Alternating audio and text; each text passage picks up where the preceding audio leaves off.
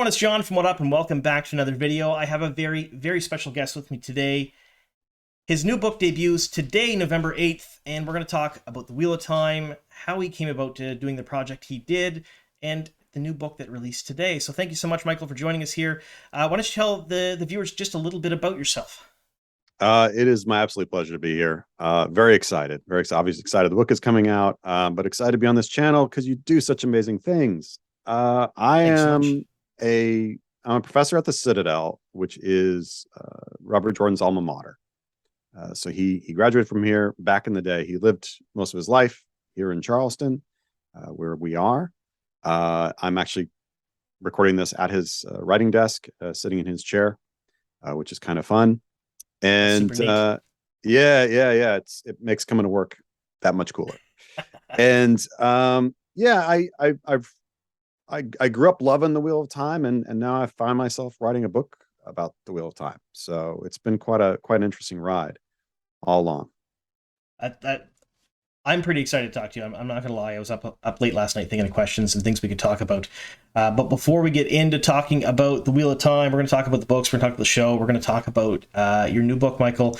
And in doing so, we're going to spoil all kinds of different things. So I have to give a spoiler warning first for the folks at home. So spoiler warning. In this video, we're talking all elements of the Wheel of Time and all forms of media. So if you have not read all 14 books, that's The Eye of the World all the way through, A Memory of Light by Robert Jordan, finished by Brandon Sanderson. And if you haven't watched the Prime Video show, it's episodes 1 through 8 of season 1. Be forewarned, we're going to ruin plot points, character arcs, both major and minor, from both of those mediums. So there we go. So the dark one doesn't win the last battle. I always go after the spoiler warning with something from the end. People usually get mad at me for it, but I warned them. Whatever. Right, rock on, That's man. Right. You got it. So Wheel of Time, how did you get involved in the Wheel of Time? Like, when did you start reading the books, and when did it when did you really notice it? I started reading them around the age 15, which is when they first were coming out. So I read, first edition Eye of the World. It just happened to chance upon it in the bookstore, and had money to burn. It used up all my money because it was a new book and I had none. So So yeah, and I immediately just fell in love with it, and it became a kind of a ritual to get the new book, right? Whether it was me buying it for myself or like my folks buying it for Christmas or birthday. Don't worry, you don't have to buy the next one. You're getting it, or something like that. I always just kind of kept up with it, right? And I know I'm not alone in that by any means, right? There were so many of us who were just been living off this thing, and so my relationship with it has obviously changed to some degree, in that, when I was first reading it, I'm just a kid, and wasn't necessarily reading it the same way I read it now. Now I'm a military historian. Like I view it through a different lens now. I'm much older, lived a lot of life. One of the things that has been exciting, I think, is amazing about the Wheel of Time, is that though I have changed, I still continue to love it, right? That first reading was an amazing reading, but a reading I would do today, in which I view it through a much different lens, is still an amazing reading. It's a very kind of malleable text in that regard. It has a lot of depth to it that speaks to across generations. So yeah, I've long loved the Wheel of Time. I tell people it never would have been, I wouldn't say it's a dream come true, what I'm doing now, because I never would have dreamed it was possible that I'd be taking some kind of role in this endeavor. Small though it is. And that happened kind of by just the crazy weirdness that I got this job at the Citadel. The only thing I knew about the Citadel was that it was on the bio, the short little bio of his books, right? He was a graduate of the Citadel. That's about all the information we had. And that's about all I knew about the Citadel at first when I got this job. And so, being here and having that connection led to me giving a speech that was in helping to celebrate the induction, his induction into the South Carolina Academy of Authors. It was held here on campus. He had just recently passed away.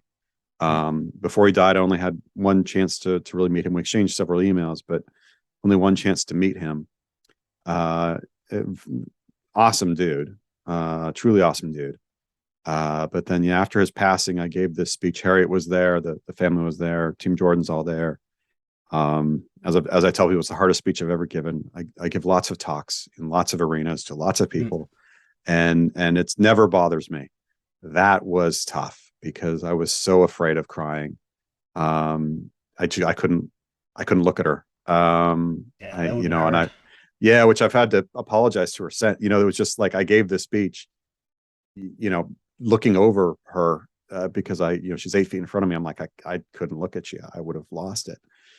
So I gave that speech. She was so moved by it that she invited me to give a talk, sort of a panel discussion for an exhibit that was opened here on campus, at which was me, Brandon Sanderson, and David Drake. Brandon had just been announced. That decision had just been made. And it kind of just led to me becoming really close with Team Jordan. And, sort of being, I don't know, sort of weirdly satellite to things from that point forward. And I ended up giving talks at JordanCon and such. And then this idea of this book comes along, and I didn't expect it to happen. But yeah, they said, yeah, we want you to do this. And here I am. That's awesome. Like that's kind of full circle almost. So you started reading the books when you were young, and then now you're in his desk, his chair. You wrote a part of the Wheel of Time. So it's And now I'm old. Yeah. now you're old. So yeah, full circle. Well, it's, the wheel weaves, man. I don't know what to say, and here I am. Yeah. Know where I expected to be. But obviously incredibly, thankful, that I am. It's just, it's been a wild ride, and, we'll see. It might just be getting started. Who knows? Well, we have the show now carrying on the legacy of the books, which is hopefully going to run for 7 or 8 seasons, from what we've been hearing. We can hope. We're fingers crossed. We know they're greenlit for probably for season 3 up to this point now. So I have to ask though, reading the series when you were younger and now, obviously you look at it through a different lens. I know I have. In the multitude of times I've read the series. If you had to pick a favorite character for your first read through and a favorite character for now, would they be different, and who are they? They are different. Yeah, my first read through it was Perrin, and I really don't know. I don't know why I was interested. Part of it is probably like I'm kind of a large-shouldered, tall guy, and I don't know if that was it. That I was just like, yeah, I kind of feel you, man. Yeah, you're sort of a little big, sort of stand out a little bit, but like you don't want to be that, and so yeah, I kind of felt Perrin. I liked Perrin a lot. I still do. I don't mean I say that in past tense. Yeah, like I've stopped loving Perrin. I still love Perrin. You hate him now. He's terrible. Yeah. No, Perrin was absolutely my favorite. And the question of who's my favorite now, probably my favorite is still Perrin, but the one I enjoy reading now is Nynaeve, and that's as a result of this book that I've done. I've learned more about her, what Jordan was doing with her than I saw on my first read throughs. My first read throughs, I was just kind of like, come on, you're annoying. It comes off as a little bit of a bully sometimes. Yeah. Yeah, and it just sounds like, all right. Now I'm much more aware of kind of what he was doing, and now I can appreciate the arc in such a deeper way. So yeah, Nynaeve is the one that I really enjoy reading now. But yeah, I mean, I'm still hashtag Team Perrin. So scenes. So in the book series, there's tons of iconic scenes, everything from Dumai's Wells up to the dress your ranks green. You had to pick one that you're excited to see the show adapt. And we're not talking your favorite scenes in the books, but you think that would look the best on screen. Which one do you think it would be? Oh, that's a hard question. The best on screen. Man, well that depends a lot on whether they hire me as a military consultant. Which we'll get to that in a second, because I have some questions about the battles in the show too.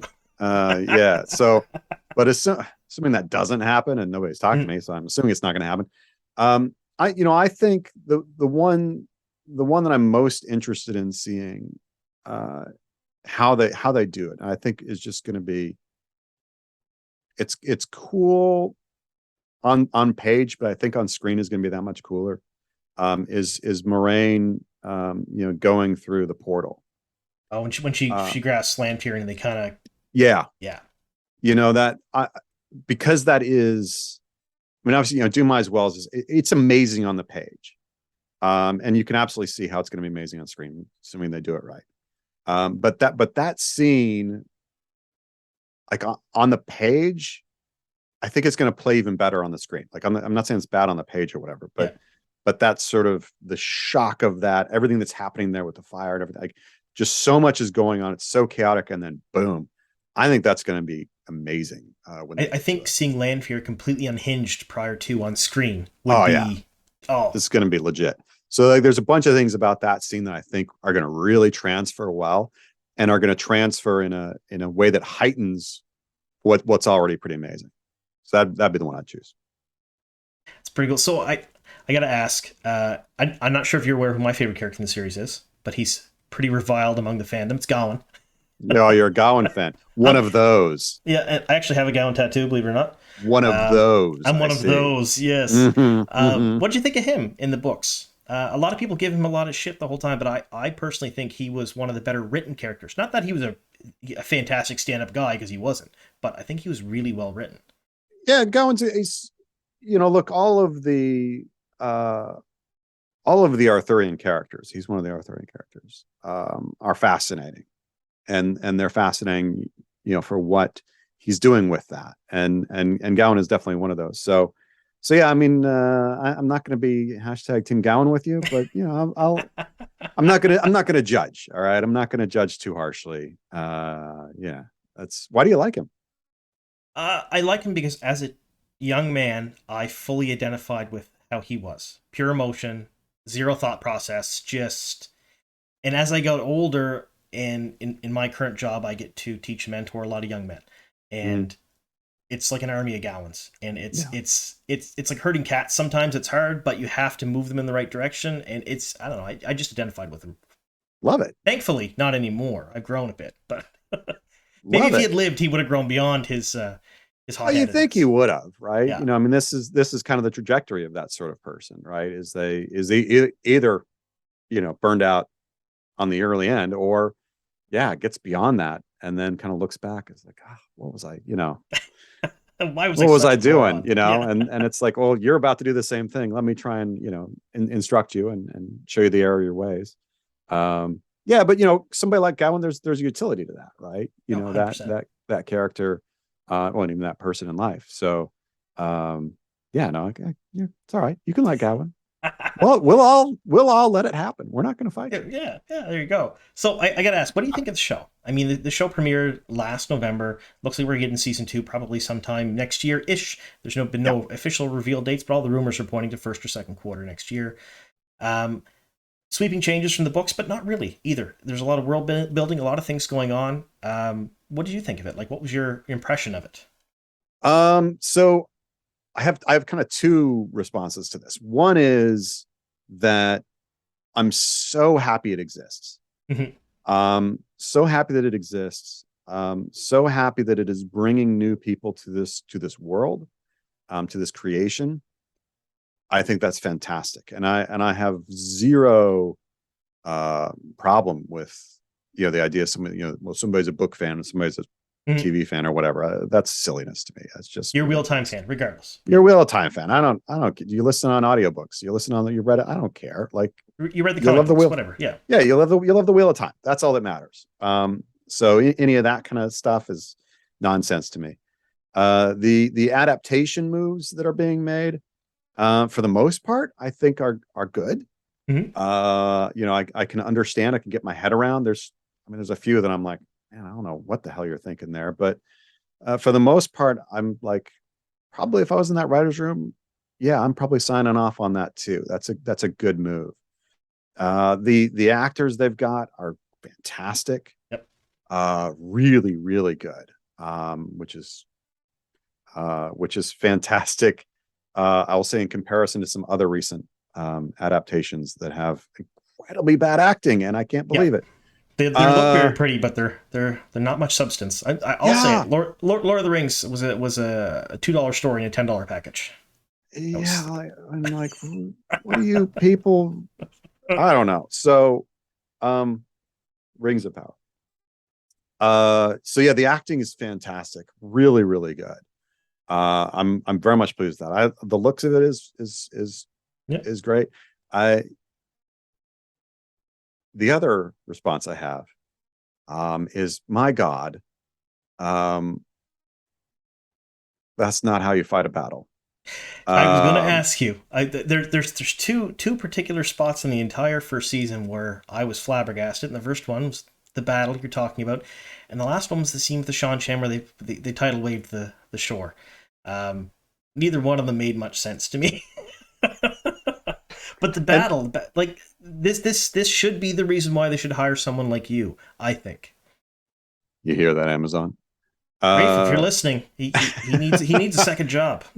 yeah, I need a third job. There you go. Yeah, it or maybe good enough I can quit my other. Yeah, you know, I understand there were a lot of constraints there with COVID and trying to deal with that in production. So obviously, I'm from a position of ignorance in that I don't know exactly what was on the ground being dealt with there. I mean, Mhm.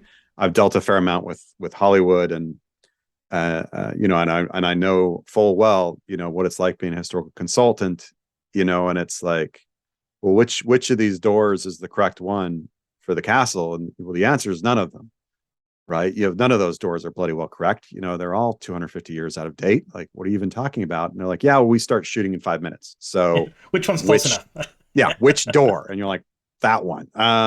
So too often that's how it is, because Mhm. the kind of that level of consultancy is happening so late in the process. But yeah, that battle in particular was disappointing, because as I was watching it, I kept thinking, okay, but they're under constraints of X, Y, and Z, X, Y, and Z, for those Mhm. of you on that end of, For us Canadians, yeah. for you Canadians there, eh? I'm married to one, so I always gotta be Oh, there you inclusive. go. Represent. Um, yeah, no, she's obviously better in every regard than I am.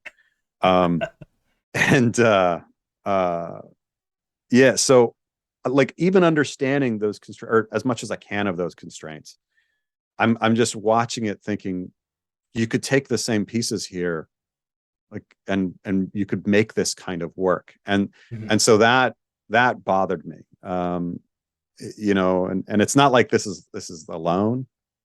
um for crying out loud, like, the Battle of the Bastards, or Battle of Yeah. Winterfell, or whatever, from Game of Thrones, I have the same kind of problems. Like, okay, I can see the limitations you got. Yeah, we have to work on X, Y, and Z, but you could do that and have something more realistic Yeah. that I think would have more punch as a result, and not just leave people kind of like, what was that? But I wonder if it's the day of, and they're like, we need to know now what we're doing, and it was just a last minute kind of, well, we're going to do this. Yeah, but I'm like, if this is the climactic battle, and if day of you're figuring it out, like, man, you screwed up in production so badly, so badly. And so that's a fright. I don't want to think that, because that's a frightening prospect for the way things are going.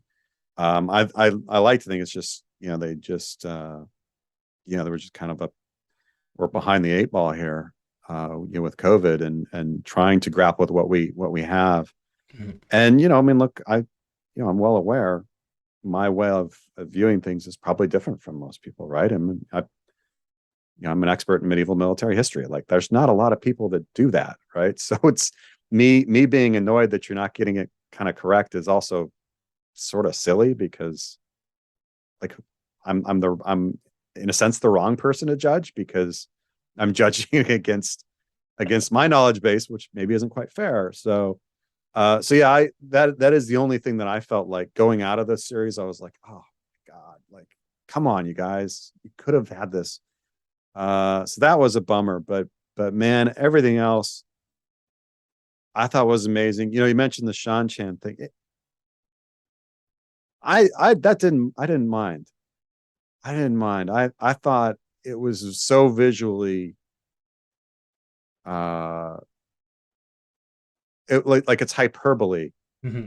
but And I'm it's sure the girl in the white dress on the shore was a metaphor for the White Tower, and I'm sure there yeah. was a lot they meant by that. I That was just girl's annoyed that toast, by the way. definitely like gone. Gone. For They're anybody never watching at home, just yeah in case you had hopes. No. no she's gone. It was hyperbole, but it like you wanted kind of a hyperbolic moment, the shock of the Shan Chan, and this was going to Hmm. like lead to season two. I get that. I get that.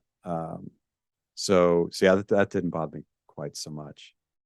I was the battle man. It's like, yeah, I've written these articles for Tor.com on a medieval historian watches Braveheart or whatever. Yeah. And yeah, I'm like the wrong person to be doing that, because I'm like, that's not even how you wear the kilt. Are you kidding? Like, Yeah. did you not even get that correct? Or like, come on, this is not hard. It's really not hard. So yeah, I don't mean to be negative. I'm so glad it exists. I think the people Oh yeah. that are doing it they're doing the best they can with what they got under the situation. And obviously COVID was unprecedented in Yeah, our I don't think lifetimes. anybody could have planned for something like that. Yeah, there's no playbook for that. There's no, we go to this contingency. Like, there's nothing. So I think given the situation, I think they probably did an amazing job. Um, but that doesn't mean that they shouldn't look to get a medieval military historian. You know, Well, we know they shot what we assume was the Battle of Falma. Um, it's been alluded to, and we've seen some stuff in the teasers and things for the second season, and we've seen leaked stuff. I've had it all over my channel, of course, um, and we can't really tell how it's going to play out. But I'm hoping that they learn from the mistakes of season one, and that battle's a little bit better. we'll see. We'll see. All right, so let's shift gears here a bit. You have a book coming out today, November 8th. And I think you have it there somewhere. Yeah. The Origins of the Wheel of Time. Now, what can we expect out of this book? Like, what's in there? I know I've read in the Collider article that there is a bonus interview with Rosamund Pike. And Yes. you yourself, Harriet McDougall, as well as Michael and Kate Reading, they both all of them, all of you folks are doing readings for it. Yeah. But what else is in there? Like, what can we expect to see out of it? Yeah. I'm glad you mentioned that. Rosamund Pike. How was Did that? do Did you get to do anything with her, or was it completely separate? You just No, added in. no. It was something they kind of surprised me with, actually. And the best surprise of it was hearing her say my name. Oh, nice. Yeah, it's kind of ridiculous. I listened to it a lot. I'm just gonna say, having Rosamund, something about, I don't know, her voice is so bloody good. And it just, the way she said my name, I'm like, let's just keep doing that. That's great. Just tremendous. So no, I didn't. Her bit's kind of like a bonus thing on the Mhm. audiobook. The Yeah, the book itself is a look at, as the subtitle says, the legends and mythologies that inspired Robert Jordan. So looking at, I call it kind of the outworld view instead of in-world, right? This is Mhm. not the Wheel of Time Companion Part 2. That's a very in-world thing. Who was this person in the Wheel of Time, in the world? What I'm doing is looking at, how did Robert Jordan make all that, right? How did he make the Wheel of Time? What sources was he using? Who's behind Rand al'Thor, right? That's not a Mhm. creation kind of out of nothing. It's not ex nihilo. This is actually, he's using stuff to do that. So what do we know he was using, and how did he do that? What was his process? So the first part of the book is a biography. And then I get into a sort of a look at how Jordan is sort of building on traditions of Tolkien.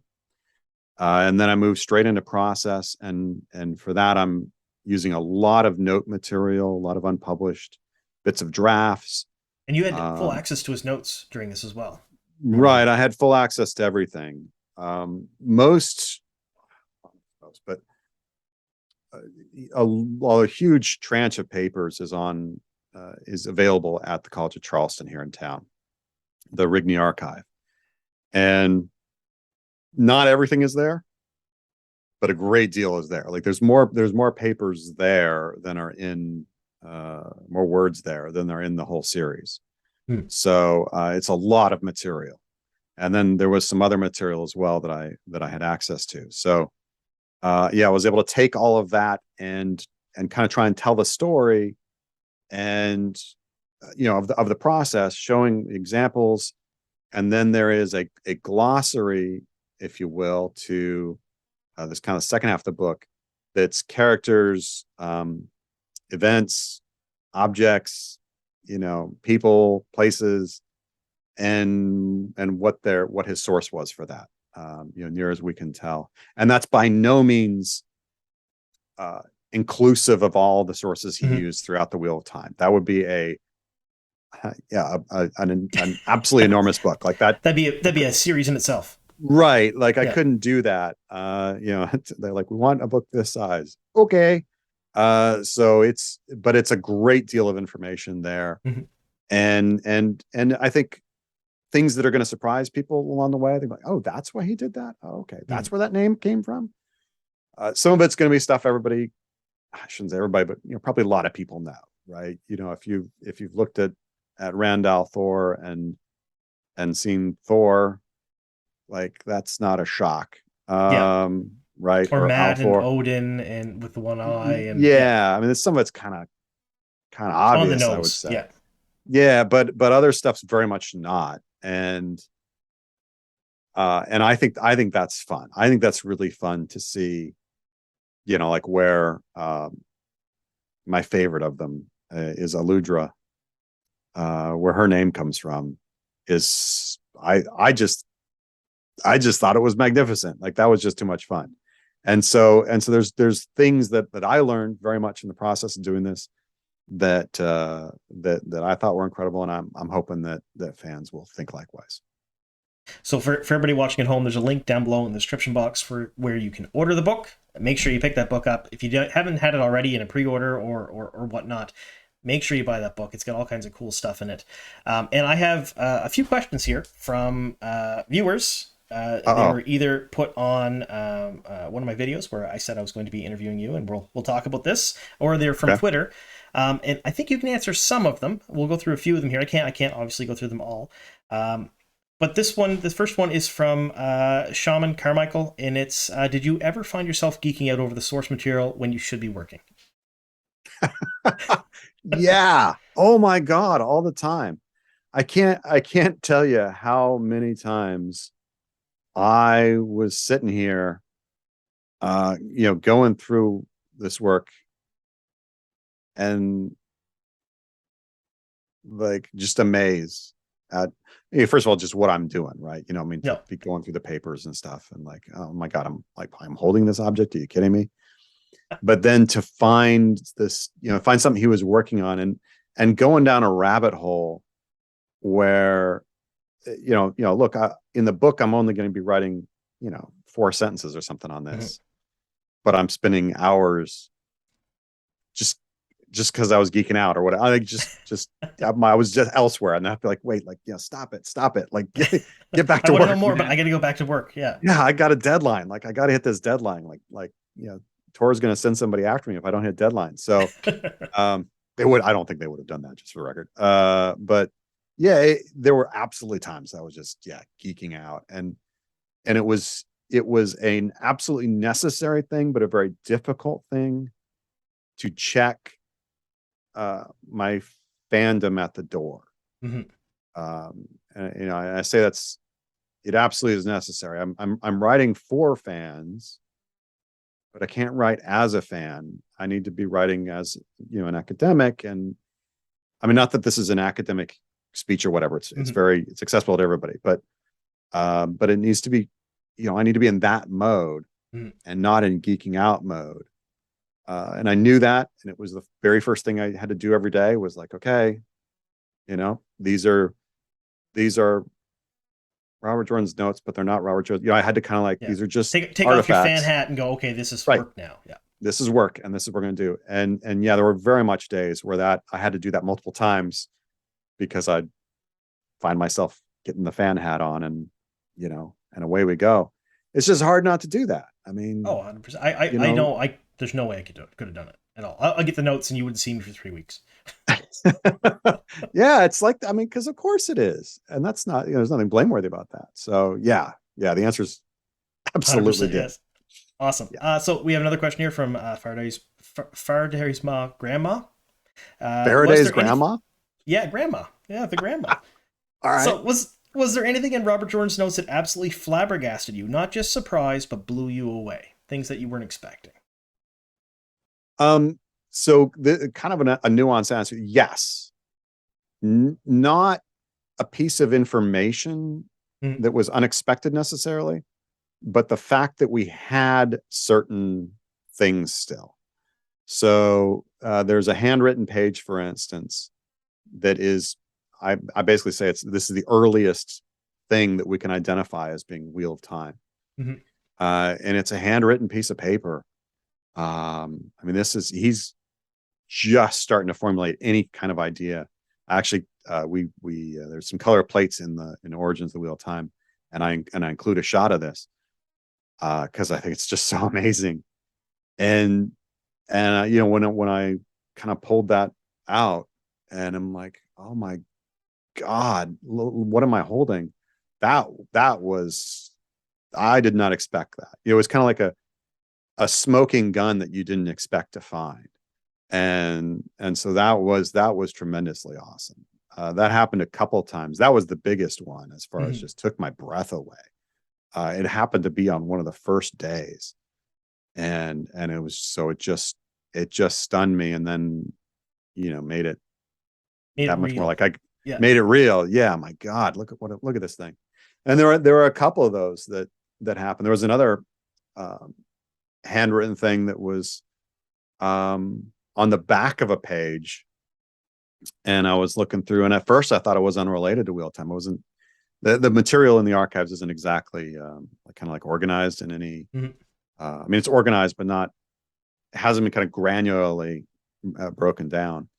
And some of it's just loose papers, and this is among loose papers. And at first it was kind of like, why is this even in here?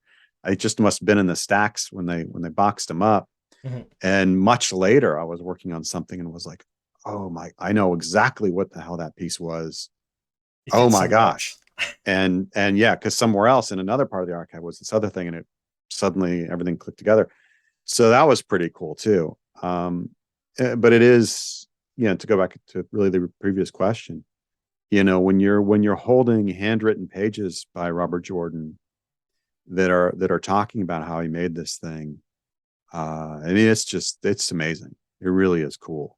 I'm hoping that people reading Origins of the Wheel of Time will get a feel for that and kind of connect to that. I know. I don't know what I would do if I picked up something like written by Jordan. It would be pretty surreal. I never had the ability to have a signed book or anything like that, because growing up, I mean, I grew up in Eastern Canada. There's no book signings up here for any of that stuff, so I never actually held any. And now that I'm older and I have adult money, well, I have kids and other responsibilities. So eventually, hopefully, at one point or another, I'll have something like that. But that would have been absolutely amazing, I think.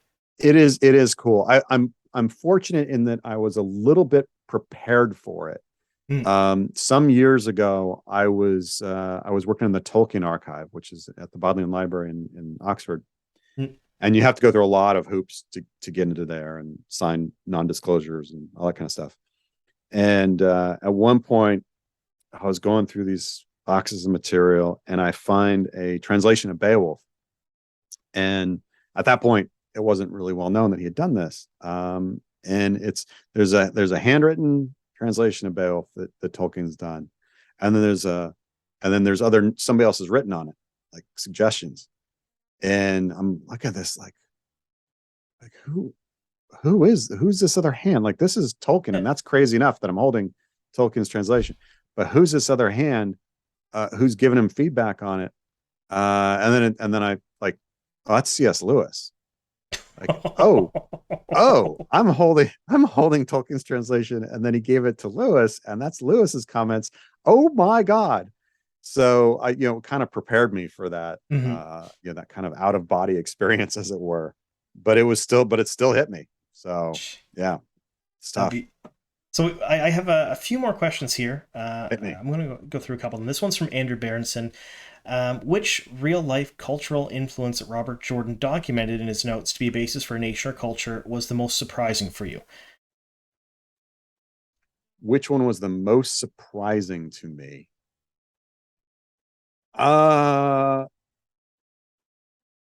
Okay, so the identification was not surprising. How deep it went was Okay. Sean Chen. Sean Chen. Whole lot of notes about them. Whole lot. Whole lot. Whole lot. Yeah. All right, so we have I have two more here. Well, this one is from Lauren from Unraveling the Pattern. You recently just did a video with him, and this is a question that he wanted to ask you but didn't. So, Okay. he said that you mentioned during the video that Nakomi, which is going to be revealed in your book, the Secret of Nakomi, which is really neat because that's been a secret for years and who this particular character is. So Yeah, again, it's been a secret for a long time. Really crazy that it never actually made it out there. Yeah, and it's on page 180. There you go, page 180. So if you have a book in front of you, page 180. Get in.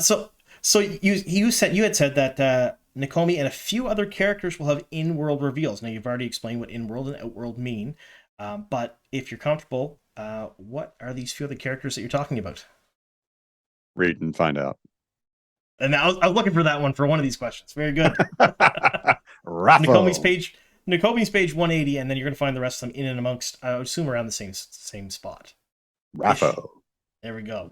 Raffo. And so we got one more question here. How did the entire project get started? And this one is from the Watt Fan Edit on Twitter. How did this entire project get started, and what was your inspiration for doing it? Okay, so the kind of shortened version of this is I'd been doing something like this basically the whole time. When I was 15 reading The Eye of the World, the thing that captivated me from the get-go, and I remember it very clearly, was at the start, reading Gates of Para and Descent and being like, that's the Gates of Paradise. Like he's doing something here. And that feeling like that there's a text behind the text. Yeah. And wanting to know what that is and wanting to glean more information. So I always kind of read it with that eye. Obviously, as I've gotten older and a lot bigger knowledge base as far as what things I know about history and mythology, I was able to pick up more and more of these things. And by no means am I the only person who's ever been doing this. Linda Taglieri has a wonderful website, the 12th Depository, that has tons and tons of kind of theories, if you will, about backstories, or I shouldn't say backstories, but like origin points for some of these ideas and characters. So I mean, this is something that lots of people were engaged in. But I'd always kind of like done it that way. Not long after I got to know Harriet, Jordan's editor and wife. Not long after I got to know her, we had talked about doing a biography of her husband, and I had started doing a lot of work putting that together, and then it was sort of decided like that it's not the time to do that. Emotions were still very, very fresh, obviously. And so, it just kind of, we just shelved it. And then it was, fairly recently that, my then agent, he's retired from agenting, Paul Stevens, who was the editor when he was at Tor, he was the editor that was handling the Wheel of Time books. And he said, Mike, you should write a book about the battles of the Wheel of Time. I know that you could just write a book about the battles. And I was like, yeah, I probably could, but I'd rather kind of do this. But I don't think Harriet would want me to. So he's like, well, ask her, doesn't just hurt give to it a ask. shot. Yeah. Just give it a shot. And so yeah, I put together a sort of explanation of what I was thinking, and sent it, with the full expectation that, the answer would be, no, thank you. And being Harriet, it would be very kind, and I'd feel very good about my rejection. She's amazing, absolutely amazing. My God, she's a saint. And instead, she wrote back and is like, "Yeah, no, I think absolutely you should do it. You're the only person who can do it. And I've already talked to Tom Doherty at Tor. They're awaiting your call." It went from like 0 to 100 miles an hour, and I had no idea. And suddenly it was like, this is happening. It's going to be authorized. Everybody's behind it.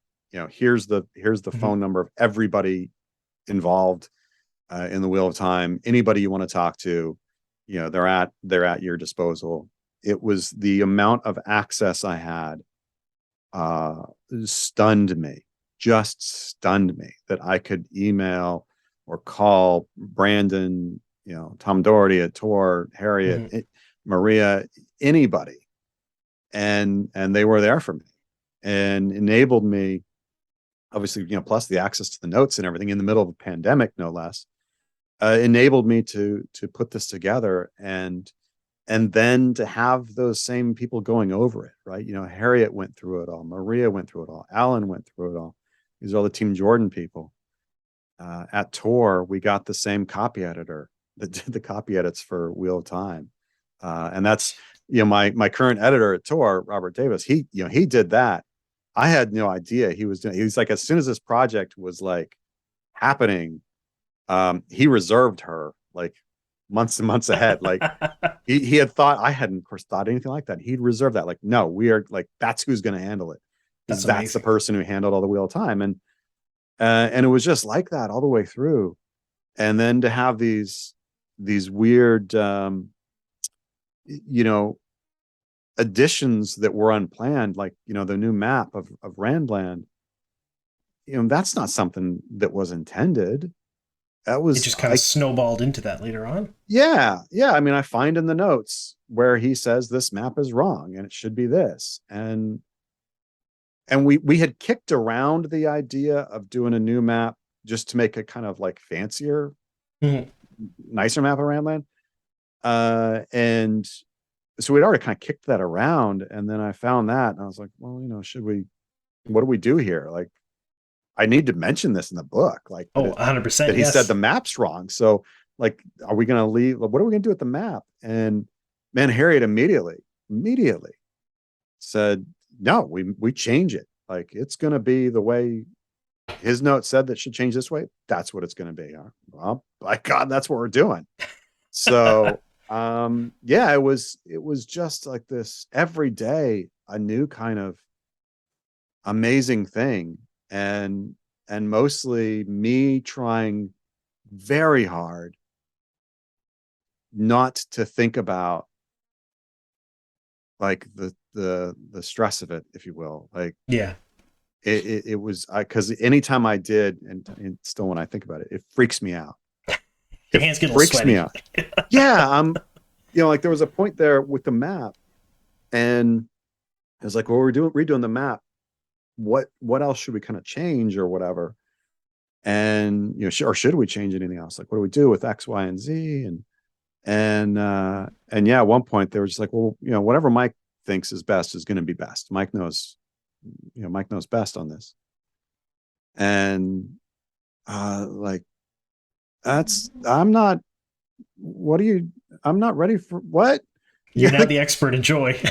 Right. And I'm like, what is happening? Like, just don't think about it. Because I knew if I thought too much, I'd get lost in my own head of, of kind of like, imposter syndrome or whatever you want to call it, of not feeling like, I've got any business doing this. And I just had to kind of trust, no, they think I do. And they're not idiots. So I guess I'm the right person to do this. So here we go. And just do it. And the whole time living in utter fear as I am now today. Oh my God, what's going to happen when this comes out? Like, is everybody going to be, how are they going to respond to this? Like, oh God. Please. There's no doubt in my mind it'll be not only well received, but I think it's something that every Wheel of Time fan, either the books or the show, is probably going to want to pick up. Well, I hope they do. I mean, I hope they do. The thing I promised myself when this happened was that I would not look back wishing that I had spent 10 more minutes Mhm. on something, I mean, and yeah, the result was a lot of sleepless nights just working through, because it was like, if I look back and think, if I'd spent 10 more minutes on whatever it was, it would be better. And I wouldn't, and the fact that I didn't means I failed all those fans. And I did not want to fail, because I am a fan. And so if I was like, I don't know how I could face if I thought I'd failed, I don't know how I could handle that. So yeah, I was just like, I'm not going to screw this up. Please don't screw this up. That was like my mantra the whole time, just knowing people would probably kill to be in this position. So hopefully I will do it justice, for them.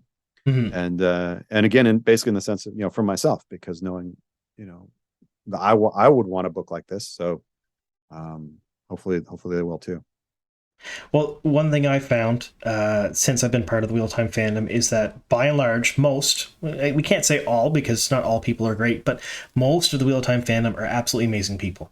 They're very incredible. They embrace each other. They hold each other up. They come together in their love of the series, and it's almost like every single person that's ever read the books has their own little story about how it affected them and affected their lives, and how they've used it in certain instances of lives to like guide them. And I can't see any one of them not doing anything but absolutely loving every single tidbit you put on the page, because we're all like that. We all want to get through it and learn everything we can about it. And yeah, and you are absolutely right. The Wheel of Time fandom, the Jordan fandom, is like, it's just frankly better than other fandoms. I mean, that's just what we got to say. It's just better. Sorry everybody else, but we're number one. So there you go. Because yeah, everybody's just so amazingly just kind of loving and supportive, and I at some level, look, there's something about these books that taps that kind of spirit.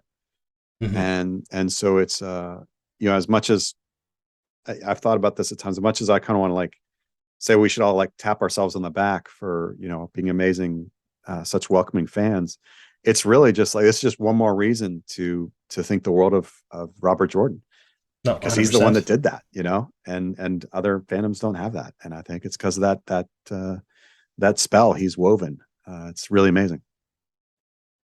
Well, I want to thank you again for coming today. I really appreciate the time you've taken to speak with me and everyone watching this video, and tell us about your journey with the Wheel of Time. The new book, again, the link is down below in the description box, folks. Pick that book up if you haven't already. It's something you're going to want to read. Page 180 in Nakomi. That's what everyone's going to be talking about, I'm sure. Well, it's been my pleasure. I appreciate it. I love that you're doing this. I love that you're kind of spreading the word on the show and so much else. Because look, the more people, the better. We want it. 100%. The bigger the fandom, the better we are. Yep. There you go. All right. Well, thank you so much, very much, everyone, for sticking with us here to the very end. And here's to many more.